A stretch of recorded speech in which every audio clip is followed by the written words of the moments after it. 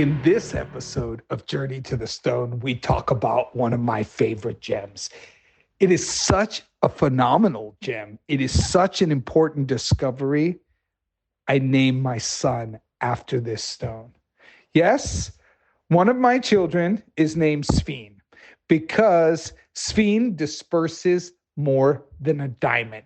It pops, it sparkles, it shows dispersion coming out of the crystal structure that diamond wishes it could. It has fire and luster and colors and characteristics and personality that diamonds only wish they could find. This is one of the rarest phenomenons that Mother Nature has ever produced, and it is not common. Let's talk about the sphenes of the world. Okay, so you got I would say the greenest variety of sphene that I've ever discovered was in Russia. Kola Peninsula, the most western part of Russia. This particular area is cold. You're in the Arctic Circle. This particular area can only really mine a few months of the year. They do mine a lot of phosphate in the area, and I know a lot of the geologists. They also mine different minerals and, different metallic elements as well.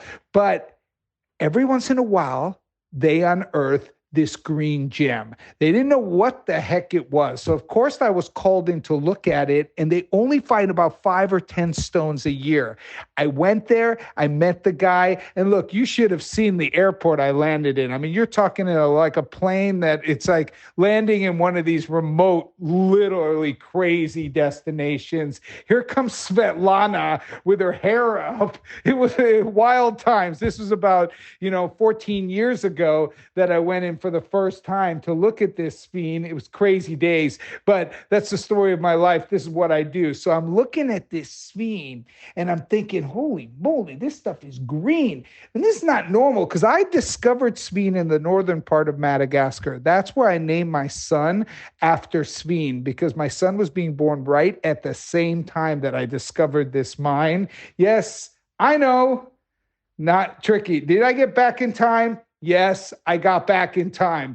Back in time that he was 1 day old. 1 day old, right? But anyway, people, don't judge me. I am a gem hunter. I can't control all the forms of transportation I have available to me at different times. Anyway, he got the lovely name Sphene, one of the most dispersive gems in the world. Okay, back to Russian Sphene here. The Russian Sphene, so I'm looking at this material, I'm thinking, what the heck is going on here? Because I've seen Sphene before, it disperses like no other gem in the world. And I'm thinking, so I start pulling out some of my equipment, looking at it, can't figure it out, buy it all. Right? And they've been collecting this for several years, right? So I got about 30, 35 pieces out of the deal, right? Brought the crystals back to, back to Thailand, started chopping them up, look at them, putting them under the refractometer, looking under the microscope, different equipment, getting readings on the spectroscope, etc. And then basically I come to the realization that, holy moly, this gem has a rare earth element within the crystal structure called cerium. Now, cerium is interesting because it's a metallic element that can be cut with a butter knife.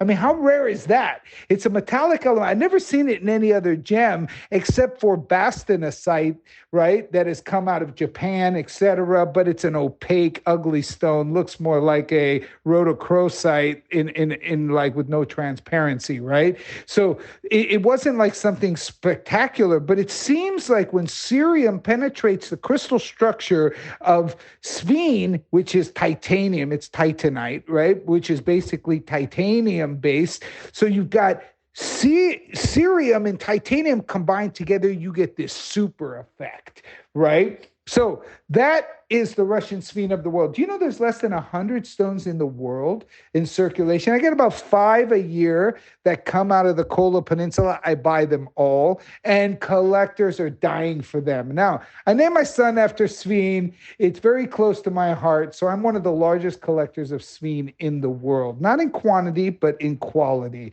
I focus on the best of the best, and I give Kat only the best, right? So that is one location of Sphene. Now, if you like more of the amber colors and greens and yellows and amazing sparkle and dispersion and that whole spectrum of the rainbow, Madagascar Sphene. That stuff pops. You get life, you get luster, you get dispersion, you get fire, where, the material that comes out of Russia tends to be more on the greenish side. Madagascar covers the whole spectrum. There is one other locale that has been discovered. We've discovered Sphene in Zimbabwe, right? It's very, very limited. It's not usually clean. And I only deal with clean. So I bought the rough and I've sold the rough. I never really cut these stones because I can't get a darn clean out of it. I want it clean because Sphene is dispersive. And when you got the fire, you got the luster. When you got the luster, you got the brilliance. Sphene is a happy, happy gem. If you like gems that make you happy, then you can Sphene all day long because it has more brilliance than diamond. Extremely rare, extremely collectible. Anyway, Zimbabwe, we don't get the clean. Madagascar will blow your head off. That stuff is brilliant. It's dispersive, it's alive, it's vibrant, and I go after it. Now, the mine in the northern part of Madagascar that I discovered, right, and put it on the map, unfortunately is no longer available, which is common in my world, right? So we've looked for Sphene in different locales. Sphene was also discovered in Capalinha in Brazil. There's a small town in Brazil that produced some Sphene. We also found some Sphene in India, right? But very small sporadic pockets of this material. And me, once again, I only deal with the best. I only deal with the finest quality Sphene because what I'm looking for is the superpower that Sphene has. What's that superpower? I want to see dispersion more than a diamond. I don't get this whole idea of buying a gemstone that doesn't have sparkle. I mean, what's the point, right? You buy a diamond, I'm wearing a 5-carat diamond, and it looks like frozen spit. It looks like frozen ice cube. It doesn't even have sparkle. What's the point of that? Diamonds should sparkle, baby, and so should Sphenes. They should sparkle, right? Because they have the power to. So there's no point I sell off all the rough. And don't get me wrong, there's a market for included Sphenes and a big market. People are always asking me for more rough material, but I cherry pick out the clean, and the nice stuff. And I like them in green, right? I like them in greenish yellow. I like them in that golden color. A lot of times you'll see them in like a champagne rich, orangey red, and they disperse green, they disperse yellow, they disperse blue, they disperse all the colors of the rainbow. Really a phenomenon when it comes to rarity. And I've made this particular episode all about Sphene of course, because I love Sphene Kogen. He is my son. He also works with me every once in a while. I just sent him to Colombia. That was an interesting experience for him. He arrived in Colombia. He did not know while he was met at the airport with people packing guns. I said, "Welcome to Colombia, my friend. This is the way we go." So he went. I sent him on an emerald mission into the Boyaca Highlands, right? But Sphene Kogen, named after one of the most dispersive gems in the world. His personality, you'll meet him one day. I'll bring him on. I'll bring him on the podcast. Introduce Sphene Kogen to the world. Right? He's he's gem hunting. He's been to. I'm digressing here a bit, but he's my son. I named him after the discovery of Sphene, so I might as well get into it, right? But I sent him to Colombia. I've sent him to India. I've sent him, to different parts of the world to hunt down, rare gems. He's only 21 right now, right? But he's getting good. He's getting good. Right, I started at 13. He had to go to school to make up for the dad shortfall of education. But anyway, he started. Better start late than never start. Right, that's my theory. Right, he's a full gemological, graduated from Gemological Institute of America, all that good stuff. And I said, son, now let me send you into the real world, right?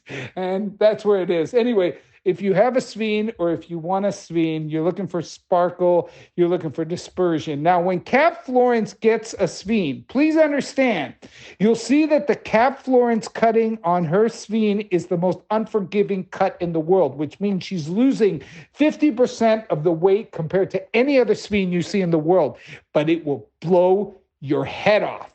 The quality of Cap Florence's sphenes, I mean, there is a transformation when those sphenes go to the Cap Florence spa.